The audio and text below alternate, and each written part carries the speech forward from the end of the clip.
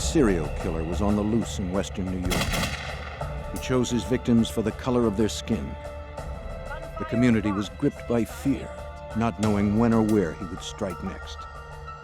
The only evidence he left behind was spent shell casings. To focus their search, local authorities called on an FBI profiler for help. They needed to stop his murderous rampage before the killer ended another life.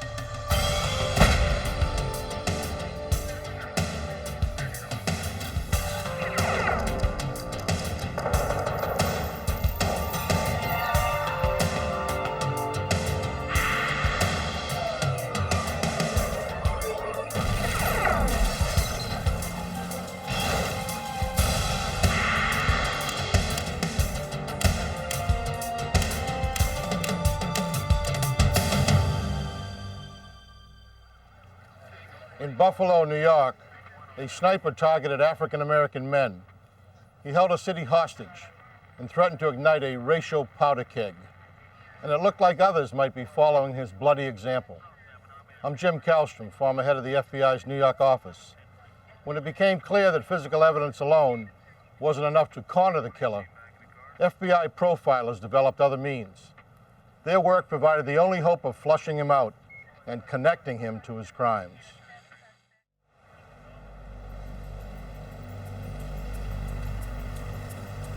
On September 22, 1980, in Buffalo, New York, Larry Robinson drove up to a supermarket with Glenn Dunn. Dunn promised to wait while Robinson went in to cash his paycheck.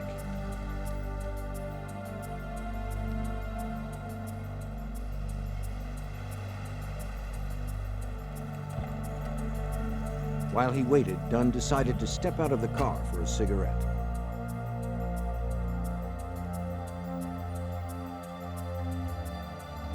At about 9:45 p.m., psychiatric nurse Madonna Gorney just finished her shift.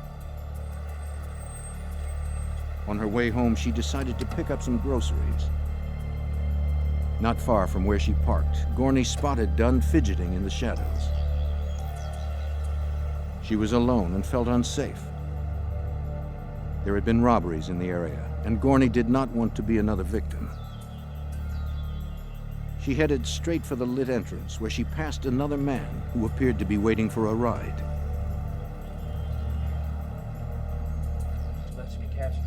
Gorney felt safer once inside.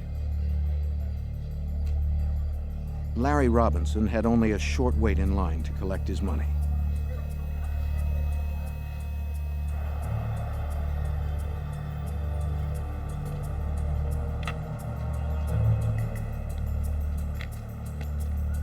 Looking for his ride, he noticed Dunn's car parked at the end of the building.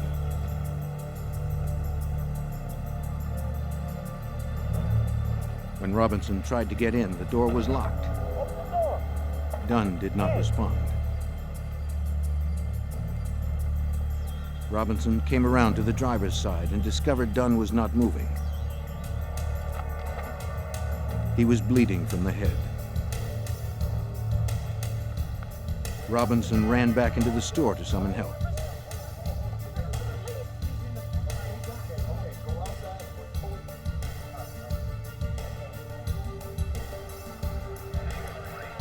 When Madonna Gorney left the store, she noticed commotion at the end of the building and asked if she could be of any help. The security guard replied that it wasn't necessary. The situation was under control.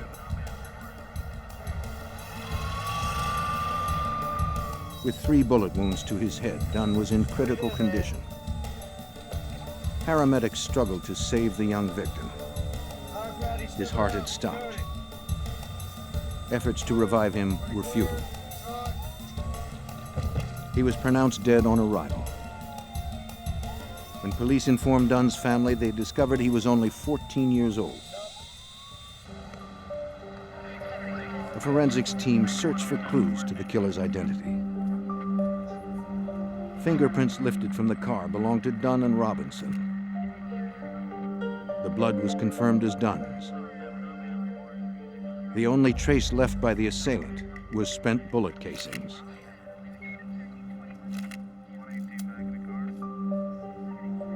They had been fired from a .22 caliber weapon. A check of the car's license plates revealed it had been stolen the night before from a local dealer.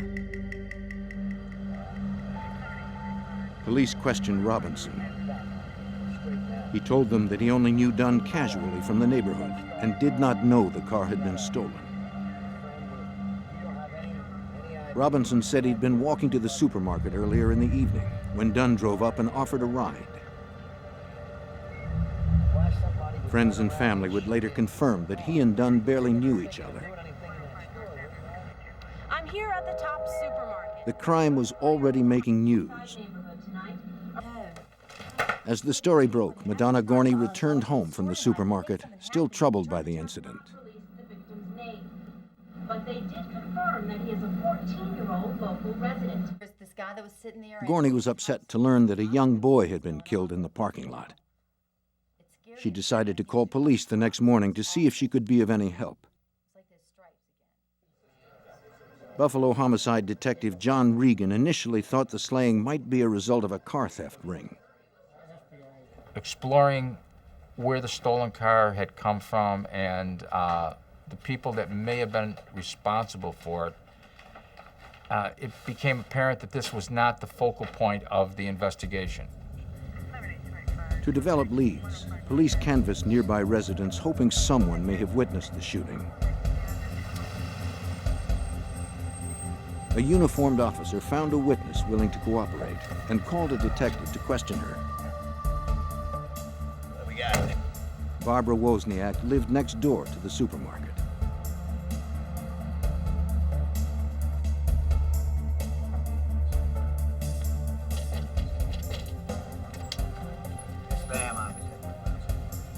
She told the detectives that she had heard the gunfire and seen the assailant. Well, we just start from the beginning. At around 9:45 on the previous evening, she was cooking when she heard 3 pop-like sounds.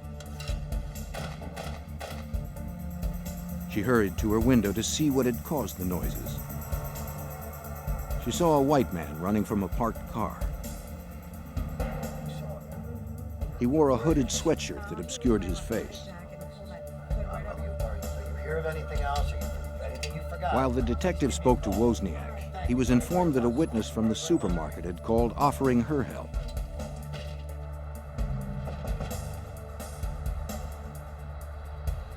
It was psychiatric nurse Madonna Gorney. The real reason I called was because a 14-year-old kid had been killed in that car the night before, and all I could think of at the time was, I'm a mother. If somebody killed my kid, I would really want to know who it was. Gorney recounted what she had seen that night at the supermarket, hoping it would be of some help. When I pulled in, I noticed a man standing under the lamppost near the edge of the parking lot. When I got out of the car, I purposely walked farther away from him, with the idea that, yeah, I was alone, it was dark. If he was standing there, he was probably up to no good, and I didn't want to be part of it. Anxious, Gorney looked for other people who might be of assistance if she were to become a victim of crime.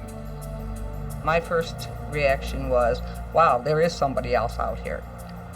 As I walked closer to the door and was able to get a better look at him, I thought to myself, if something does happen, he's not going to be of any help to me, because basically he had a very dazed or very dopey look on his face, and I wasn't impressed. She described him as a slender white man with dark hair who held a brown paper bag on his lap. He wore metal-rimmed glasses and a hooded sweatshirt which shadowed his features. The description seemed promising since the previous witness had described a similar man running from the scene. Detectives hoped that Gorney could provide details for a sketch. After talking to Gorney, Buffalo detectives got word of a similar shooting in the nearby suburb of Cheektowaga. The victim, 32-year-old Harold Green, was rushed into emergency surgery as detectives arrived at the hospital. His situation was critical after being shot in the left side of the head with .22 caliber slugs.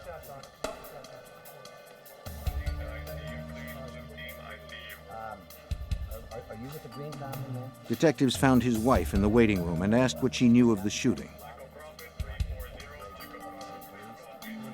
Her husband had stopped at a fast food restaurant. He was sitting in his car eating his lunch when a hooded white assailant walked up and shot him. When an employee heard the gunfire and saw the shooter sprint from the scene with a brown paper bag, she called her manager.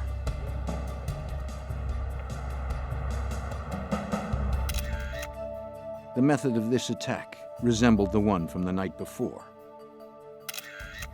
Detectives speculated that there was a possible connection between the two victims. Mrs. Green said neither she nor her husband knew Glenn Dunn or his family. Her husband was a successful engineer and a pillar in his community. He moved in different circles than the teenage car thief. Investigators found the two victims shared nothing in common. Green died without regaining consciousness. Only one piece of evidence linked both shootings. Lieutenant Thomas Rowan of the Cheektowaga Police Department led the forensic investigation. We had our first piece of hard physical evidence that connected the shooting in Cheektowaga at the fast food restaurant, the shooting which took place in Buffalo, New York. That single fact that tied everything together was spent cartridge casings from a .22 caliber.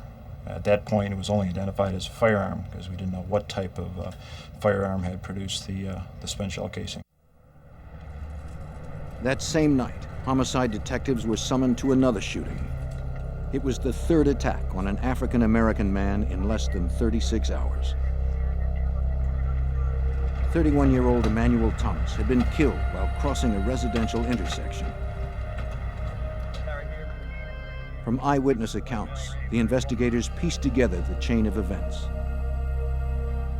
An hour earlier, Frenchie Cook left the home of his friend Emmanuel Thomas. Thomas, a freelance house painter, told his wife he was going to the store and would be right back. Be careful. Neighbor Thomas Jackson saw the two friends walk by and head for the corner of East Ferry and Zenner Streets. As Thomas and Cook crossed the intersection, the killer struck from out of the darkness.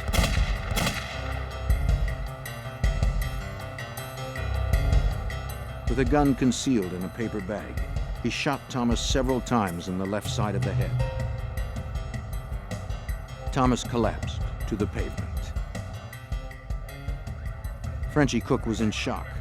He never saw the assailant approach. He did not know anyone that would want Emmanuel Thomas dead.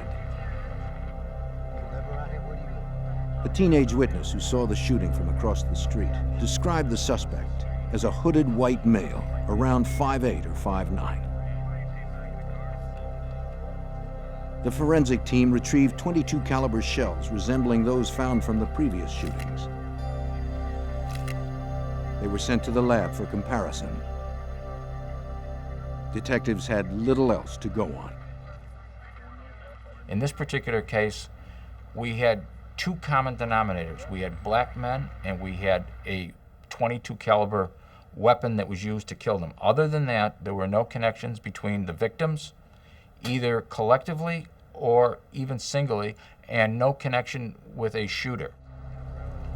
Startled investigators came to the realization that Buffalo had a serial killer on the loose. Police had no leads and only one apparent motive. Assistant District Attorney John DeFranks was called in to monitor the case. We uncovered no evidence that there was a robbery motive. We uncovered no evidence that this was a situation involving bad blood between the attacker and the victim. What we had was an assassin randomly shooting people on the basis of race. With the identity of the racist assassin unknown, the press dubbed him the .22 caliber killer. He was already on the prowl for his next victim. The .22 caliber killer was preying on African American men in Buffalo, New York, killing 3 in 36 hours and leaving little evidence behind. Emmanuel Thomas had been the killer's latest victim, gunned down crossing the street in front of his home. Medical examiners performed an autopsy. They found powder burns near the entry wounds. This meant that the muzzle of the murder weapon was placed close to his temple. From the pattern and severity of the burns, examiners believed they were caused by a sawed-off rifle. They removed 2 mangled .22 caliber slugs from his head and sent them to the ballistics lab for analysis. As investigators searched for answers, community fear turned into anger. Erie County District Attorney Ed Cosgrove was in charge of coordinating the hunt. The black community demanded action by the police.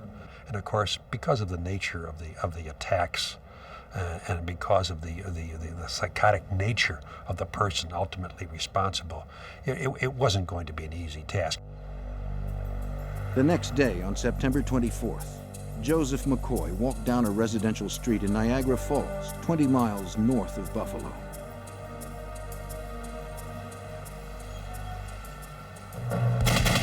In front of a church, the 43-year-old man was ambushed and killed.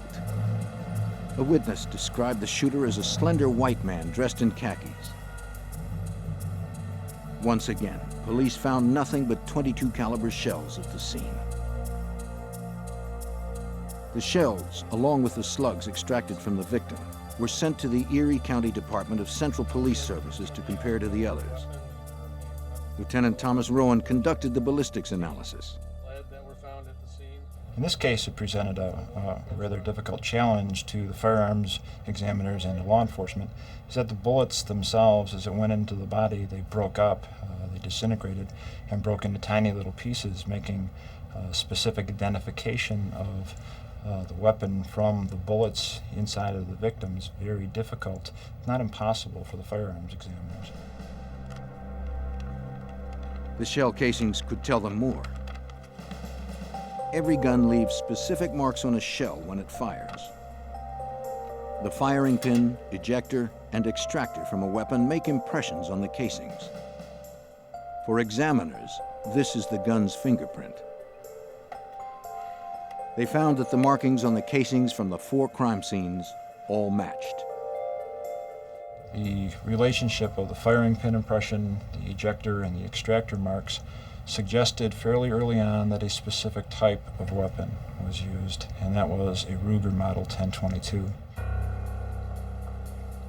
The 4th shooting sent more shockwaves through the black community, and investigators still had no suspect. Local officials had no answers. They called on the FBI for assistance. Special Agent Chip Mrazowitz realized the case had the greatest urgency for the community. It was important for the FBI to get involved in this case because there were African Americans being killed in the area, and everybody was scared to walk the streets, daytime and nighttime. A composite sketch was rendered by an FBI artist who worked with several witnesses that had gotten glimpses of the killer. The sketch was circulated through patrols, newspapers, and television. Police also carried the sketch door to door, hoping that someone would recognize the suspect. When thousands of calls began to pour in, Detective Regan realized the composite did little to focus the investigation. Basically, the composite sketch was like Everyman. As a result of it being published, I think we got somewhere around in the neighborhood of 6,000 calls that had to be checked out. And one of the fears really is that you may actually get the suspect, and because you've done so many of these, it becomes routine and you don't pay attention. That's the ultimate fear, that you go right by the man. While local investigators tracked down leads in the Buffalo area, FBI agents pursued those outside of Erie County. Leads were followed in Pennsylvania, Ohio, all of New England, and across the border in Canada. To have that many leads, we were occupied 24 hours a day. We were looking for one lone white male who possibly could be walking next to you in a street or having lunch with you at some cafeteria, and you don't know if you had the .22 caliber killer next to you. On October 8, 1980, workers on a construction site in the Buffalo suburb of Amherst came across an abandoned taxi on the service road of the New York Thruway. When no one returned to move it, they contacted the state police.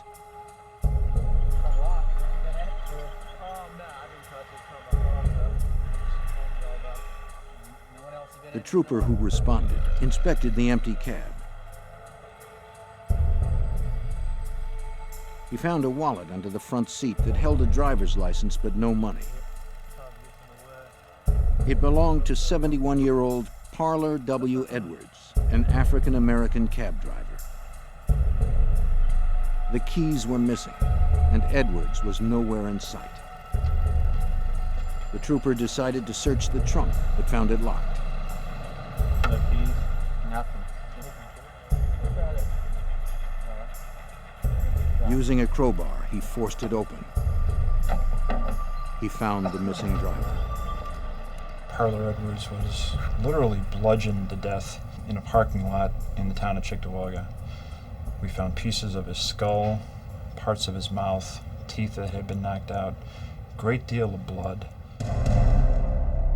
Before throwing Edwards' body into the trunk, the killer had also cut open the driver's chest and removed his heart. It wasn't clear that the Edwards slaying was connected to the others, since a .22 caliber rifle was not used.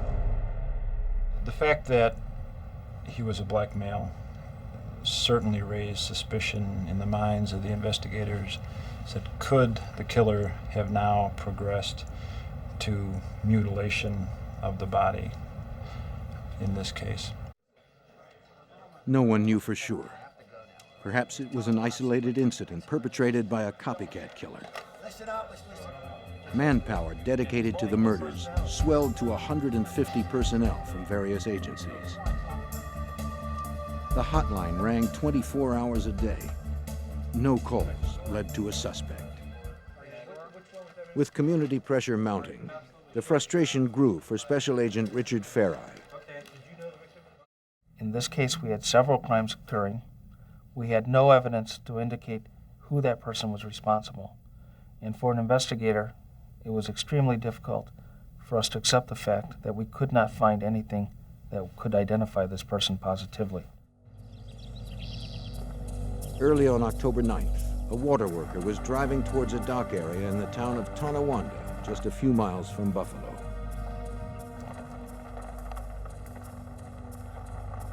On the edge of the road, he spotted a man laying face down near the tall grass.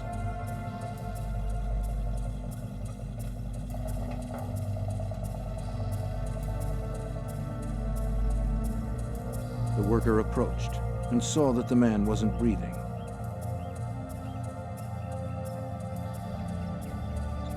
He immediately called authorities.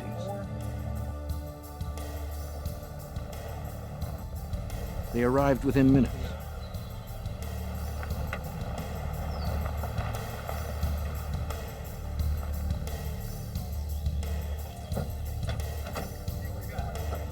Investigators identified the victim as 41-year-old Ernest Jones. Like Edwards, Jones was a taxi driver who had his throat slashed and heart cut out before his body was moved to a remote location. He was the 6th African-American male to be murdered in the Buffalo area in less than 3 weeks. Authorities were baffled. With little evidence to guide them, they weren't sure if one person was responsible for all 6 homicides. Only one aspect linked the first 4 shootings with the deaths of the 2 cabbies. basically what you have is the four shootings which are definitely linked. You have the two cab drivers who are linked to each other, but not necessarily to this. There's controversy even within the police, within teams of investigators as to whether or not they're connected. Agents and local authorities had no way of knowing if there were one or two serial killers out there killing black men. By October 9th, 1980, 6 African-American men had been found slain in the Buffalo area. Authorities were not certain that only one person was responsible. In just 3 weeks, the serial killings had split the local community along racial lines. District Attorney Edward Cosgrove led the investigation. It's hard to even describe the community mind at that time. There were demands for action all over from the black community for the police to stop what was happening here. I had press conferences that were attended by the national press. Everybody descended upon Buffalo, and everybody wanted answers from me. I didn't have the answers. The story made national headlines. A $100,000 reward was offered for information leading to the arrest and conviction of the .22 caliber killer.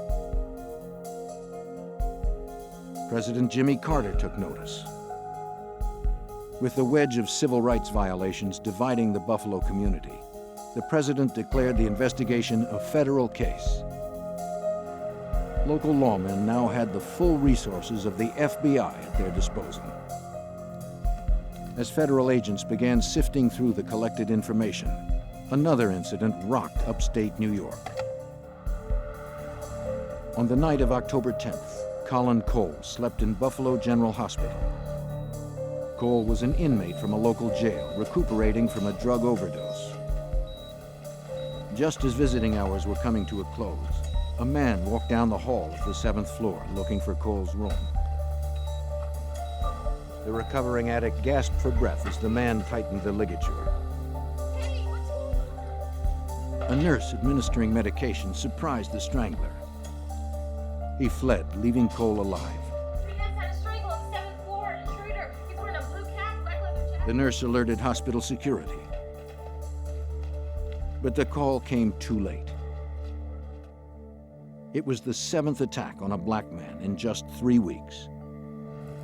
No one knew for sure if the .22 caliber killer was responsible for this attack. What we have is this crime scene. Lieutenant Thomas Rowan and his team had little understanding of serial killers at the time.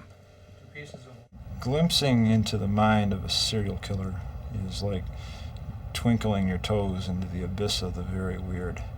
You're never really sure what's there.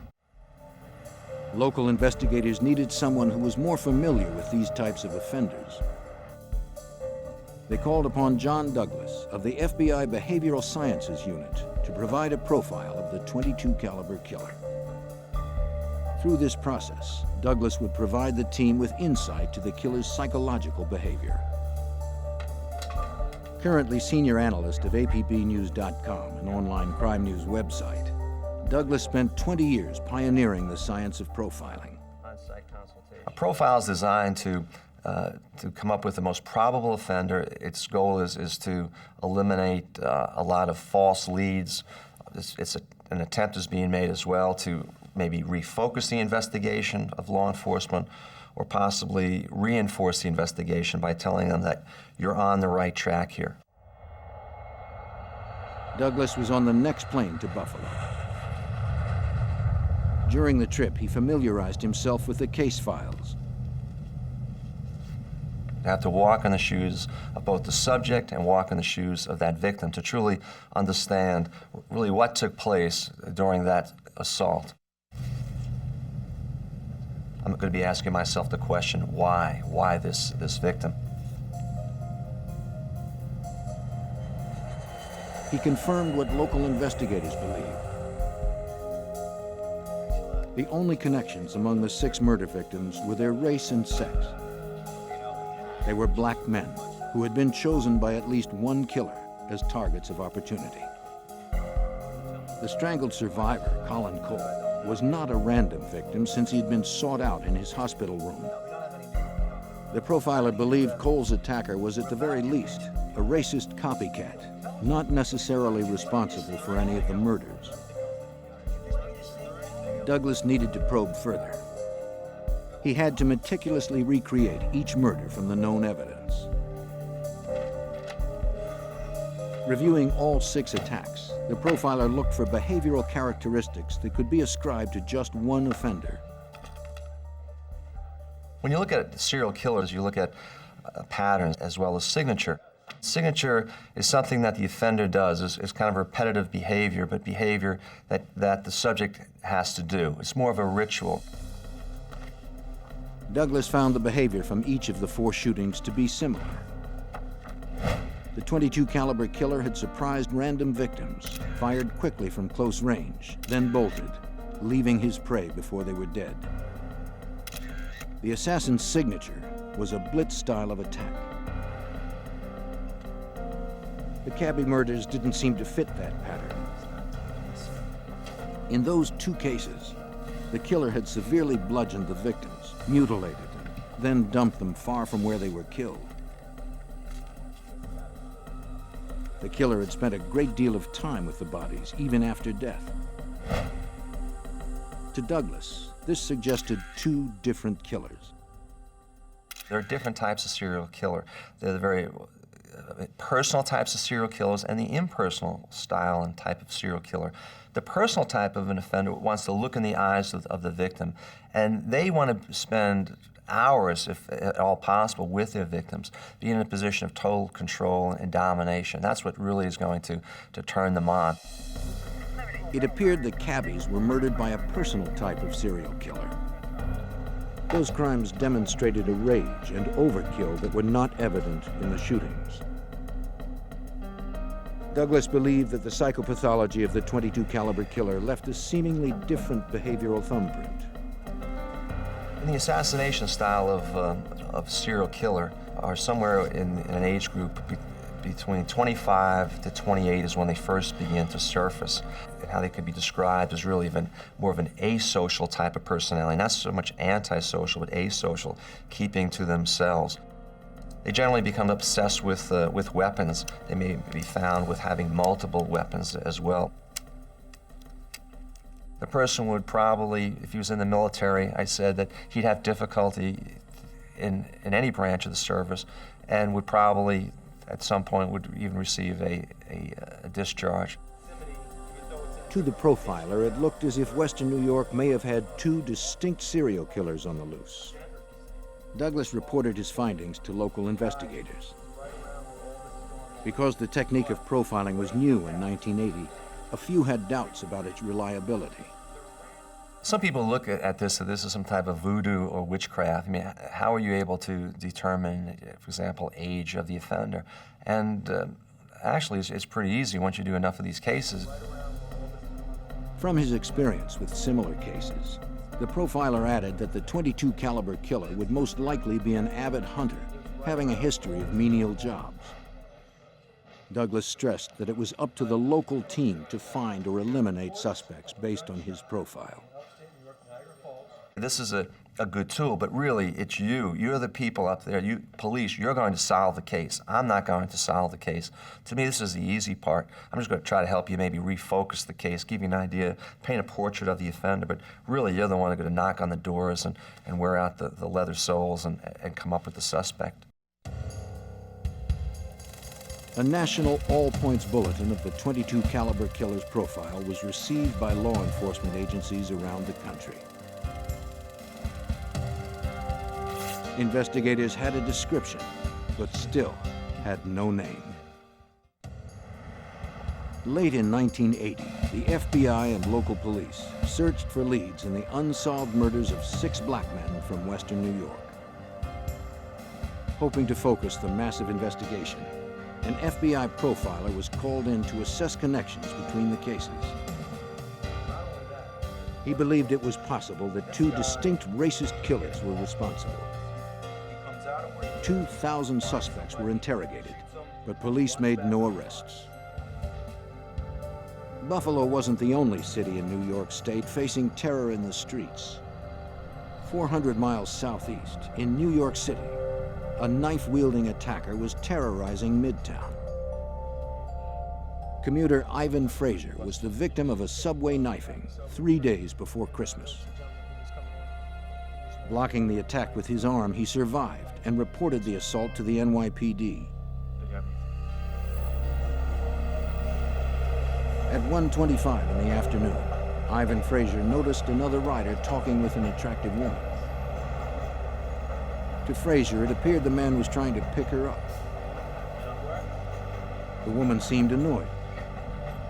He got up to exit at the next stop. Fraser returned to his article.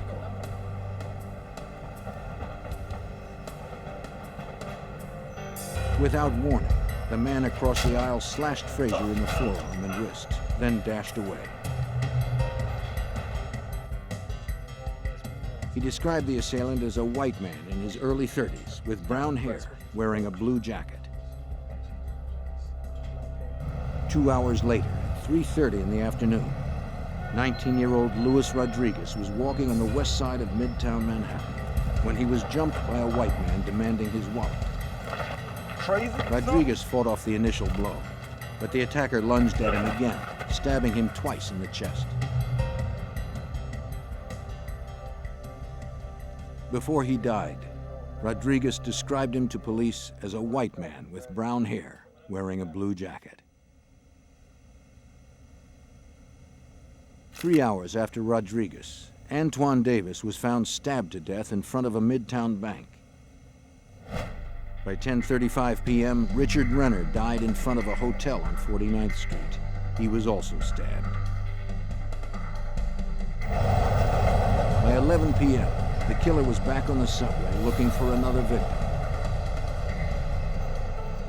He spotted Carl Ramsey. In the dim light, no one noticed the knife.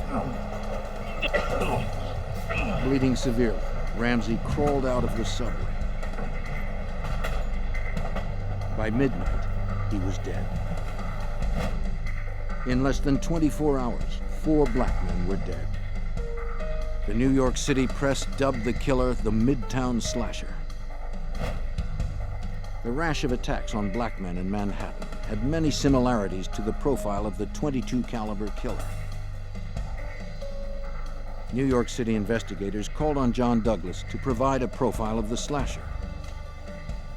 Because I did an independent analysis, and when I started to paint a portrait of that person, my goodness, it was just like the Buffalo, New York case as well. We have a subject here approaching his victims, blitz style of attack. There was one major difference. The Midtown Slasher used a knife. The .22 caliber killer used a rifle. Now, we don't have the .22 weapon, but maybe the reason for that is we don't have the .22 weapon because now we're dealing in areas that are very highly populated. If you have a .22 weapon, the sound of this would draw attention to himself. Douglas determined that the signature behavior was identical. With a gun or a knife, the assailant attacked in the same way. By late December, District Attorney Cosgrove realized something else that bolstered the profiler's conclusion. During that period of time, there had not been any assaults here in the city of Buffalo. It was quiet with respect to the activity of this .22 caliber assailant. By the early weeks of 1981, the killer seemed to have disappeared. In January of 1981, the FBI and local investigators searched for the .22 caliber killer, wanted for the murders of at least 8 black men in New York City and Buffalo. Following months of investigation, Buffalo detective John Regan and his team were unable to come up with the name of a viable suspect. The case is in limbo and everybody is frustrated. They don't know where to go. We don't have a name. We have no idea. Then out of the blue, there's a call made to the Buffalo Police Department homicide. An officer from the Army's Criminal Investigative Division in Fort Benning, Georgia, made the call. Interested in coming down and seeing what we have. The Army was holding a 25-year-old Private Joseph Christopher on charges of assaulting a fellow soldier. On January 13th, 1981, Private Christopher attempted to stab an African-American enlistee. While he was in custody, Christopher tried to castrate himself with a razor. When Captain Dorothy Anderson began administering medical aid to the prisoner, he began muttering that he'd killed black men in the New York and Buffalo area. He didn't know the exact number of his victims. It was just something he had to do. Troubled by his story, Anderson reported it to the Army's Criminal Investigative Division. She told the CID officer of Christopher's ramblings. The CID officer remembered receiving an APB on the New York killings. He called the Buffalo Police Homicide Division as instructed by the teletype. For District Attorney Cosgrove, this explained why the killings had stopped in New York State. From the time of our discovery of the second cab driver's gruesome death until almost Christmas of 1980, when we had the killings, the 4 killings in New York City, there had been a cessation of attacks, and apparently that was when Joseph Christopher was in the Army down in Georgia, as we later found out. The FBI and the police finally had a name: Joseph Gerard Christopher. Agent Amrazowitz and his team compared Joseph Christopher's background to the .22 caliber killer profile. It was pretty accurate. He described him as a white male, but early 30s, a loner. Possibly, if he were in the military, he would be hospitalized. He would be seeking psychiatric care. Prior to being in the military, he would have had menial-type labor. As soon as you had the name Joseph Gerard Christopher, you knew that that profile matched. Investigators tracked down several friends and acquaintances of Christopher's. Detective Lobb, talk to you a moment. David Robinson had been a friend of the suspect for over a decade. Familiar with a gentleman named Joseph Christopher? They often shot target practice and went deer hunting together at Christopher's family cabin. A little bit. He also told investigators that Christopher had a gun collection that his father had left him when he died.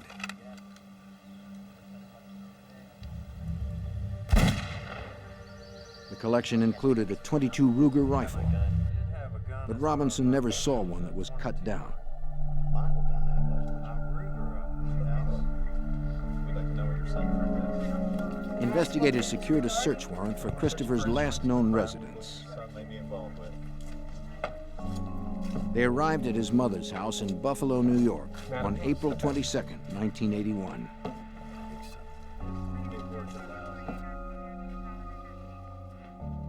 Looks like our boys are real neat housekeeping, huh? In Christopher's bedroom, FBI agents recovered metal-rimmed glasses and khaki clothing that matched witness accounts of the perpetrator's apparel.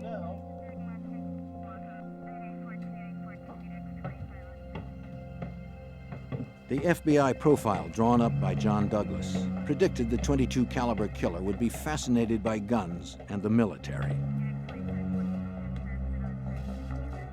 The Christopher basement was an underground firing range. Agents found the inherited gun collection and portions of a sawed-off gun barrel. Among the paraphernalia, forensic specialists found boxes of .22 ammunition, a misfired .22 caliber cartridge, along with a rotary magazine. Ballistics specialist Thomas Rowan believed the evidence was significant. Finding the rotary magazine for the 1022 Ruger was an important feature that supported a widely held theory throughout the investigation that the shooter specifically picked something so he could keep the profile of the weapon low enough to fit inside of a paper bag when he conducted these executions of these men on the street. The rotary magazine enabled Christopher to have a full load of ammunition and allowed the sawed-off weapon to remain concealed in a bag without having to reload.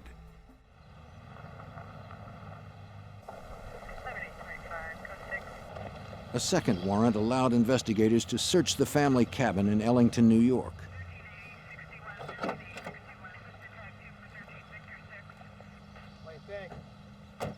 detectives dug in the spot where Robinson told them he and Christopher shot rifles. The excavation yielded 2 shells, marred with a unique firing pin mark. The same marking was on the shells collected at the crime scenes. Firearm specialists of the Erie County Department of Central Police Services examined the shell casings that were found at the Christopher home and cabin. They compared them to the casings found at the first 4 crime scenes. They concluded that the shells were all fired from the same gun. With this match, Assistant District Attorney John DeFranks was able to get an indictment from a grand jury. The casings spoke for themselves. Put the casing under the microscope, you had your evidence. It couldn't be altered or tainted. Joseph Christopher was extradited from Georgia and returned to Buffalo, New York to stand trial. Officers fitted Christopher with a ski mask to prevent witnesses from identifying him through the media. We put a mask on him for purposes of preventing potential witnesses from observing his face on the television and then basing their identification on that rather than upon their own recollection. All right, thank you, Ms. Gorney, for coming down. One of those key I have a lineup witnesses of was people Madonna here Gorney. to take a look at. She had seen the .22 caliber killer the first night he struck in the parking lot of the supermarket. Top store. On May 5th, 1981, she confronted Joseph Christopher in a lineup. I'm sure of this man. It was a little scary. I was concerned with the possibility of being actually anyone in the lineup being able to see us who were there to identify someone in the lineup. Gorney was protected by the bright lights that shone in the eyes of the subjects. She was able to identify Christopher in 2 different lineups. Agents and local police felt certain that they had the .22 caliber killer. Questions of Christopher's mental competency delayed the trial. In December 1981, a judge pronounced Joseph Christopher mentally incompetent to stand trial. He was committed to the Mid-Hudson State Psychiatric Center where he received treatment. On February 17, 1982, Christopher was deemed fit for prosecution.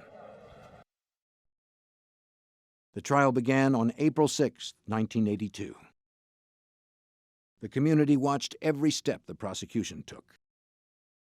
The media reported this entire case on a day-to-day basis, sometimes on a minute-by-minute basis. It was good for the community because they wanted answers, they wanted information. And it was good for us because it began to convince the community that we had the right individual and that their fears could be somewhat allayed.